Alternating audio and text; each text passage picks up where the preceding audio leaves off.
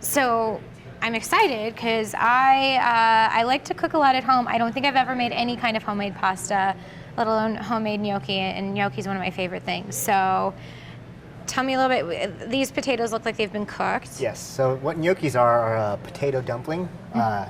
You make it kind of the same way you make a pasta, but you use potatoes and flour as well. Gotcha. So we start off with some baked potatoes. These are just normal russet potatoes that we bake till they're cooked through.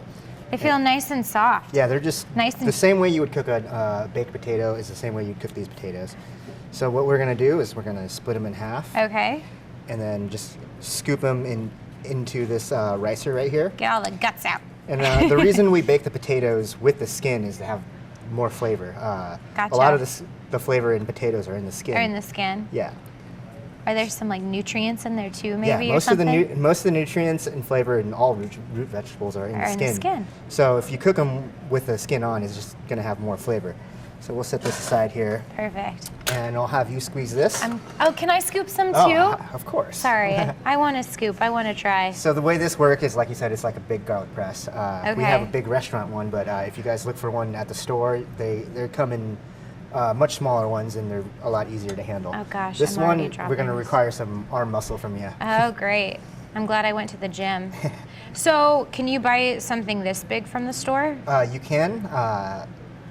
If you're going to be making lots of pasta. If I'm making tons and tons of gnocchi. If you're going to be making batches of like 10 or 12 for large parties, I would suggest this one. But well, we're putting... usually a small one is good. Okay. So you just push it all the way down until it touches the metal. Until it touches the metal? Yep. Look at my guns go. Okay. All and then do right. it more? It looks like we need to scoop it down a little bit. Okay. Sometimes you have to coax it. Okay. So.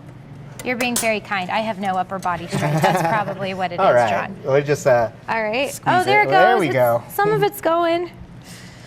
I probably need more potatoes in there. So the reason we do this is, as you see, it comes out, and this is called a ricer because it looks like rice. It's going to take a lot more of this to get to like your size. Exactly. That's so funny. So the reason we rice it is it breaks apart the potatoes, so that way we can incorporate the flour and the egg. So now we're going to mix this with some stuff. Correct. Okay. So we got 2 cups of flour. This is about 3 pounds of potatoes. Okay. 2 cups of flour, a big pinch of salt. People always ask me how much is a pinch of salt. That's a really big pinch. Have you ever pinched someone when you were little? It's like a childhood pinch. Okay, this is like a 5-year-old pinch. Same thing. Okay, Yeah. Gotcha. So what we do is we make a little well right in the middle. This is called the well method. All right. I'm going to have you crack the eggs because otherwise you're going to have eggshell gnocchi. So we'll crack 2 eggs. And we kind of just want to work the middle, break up the eggs a little bit. Okay. And then you just kind of mix it all together. I'm using a dough cutter because it keeps your hands clean. It keeps your hands clean. If you like to get your hands dirty, you can definitely get in I there have with my your hands. spoon. I can help with this. So I'll keep that egg in line. Yep. So we kind of cut the egg in so it kind of mixes in and gets all crumbly like this. And at that point, what we do is just kind of smush it together. Okay. All right. And then it'll come together as a dough. Oh, I want to get my hands dirty. There we go. Otherwise, the folks at home are going to watch and go, wait a second. So what I do is I kind of just firmly push it down. I was just sticking my hands all in there. Whoops. So firmly push it down and then just kind of gather the sides together with your hands like this. Scoop it up a little bit. Yep.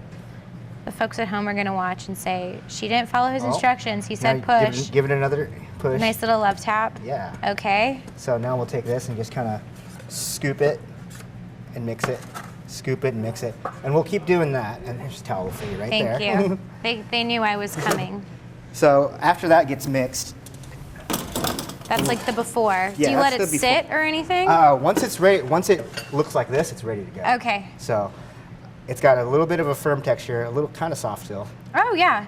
It feels almost like pizza dough or something. Very similar to pizza dough. Okay. So what we do from here is we'll come over here and we'll start rolling our gnocchi. Okay. Move these out of the way. Just to start, we'll grab little chunks. Okay. And this is the fun part because this is a lot like playing with dough. Yeah. So we get a nice little ball. Smaller balls are, the smaller they are, the easier to handle. They are to roll. So, my 1-year-old nephew could do this. Yeah, so That's I get it in a log shape, and then we just kind of roll it out on the table. Totally. Moms at home are going to see this and go, I'm going to put my kid to work making gnocchi. This is really great for and kids. they think they're playing. Yeah. Awesome. So the next part, I'll grab my dough cutter. Okay. down here.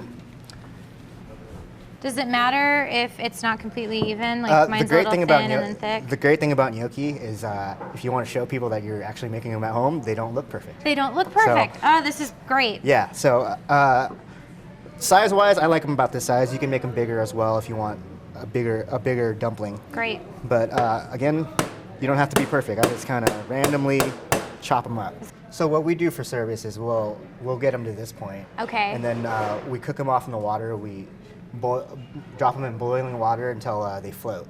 Do they go pretty quickly? It takes about 2 minutes. That's it. These big guys probably take about my big pieces. Towards 3 minutes. Gotcha. But basically, when they float, they're done.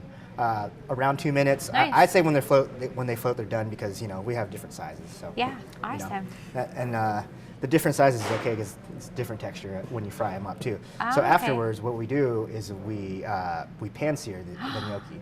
So they're really light and fluffy on the inside, and they got this nice crisp on the outside. Crunchy. Yep. Oh, that sounds awesome. And then we season it with a little bit of chopped parsley and Parmesan. Great. Awesome. And then the sauce goes on top. Ooh.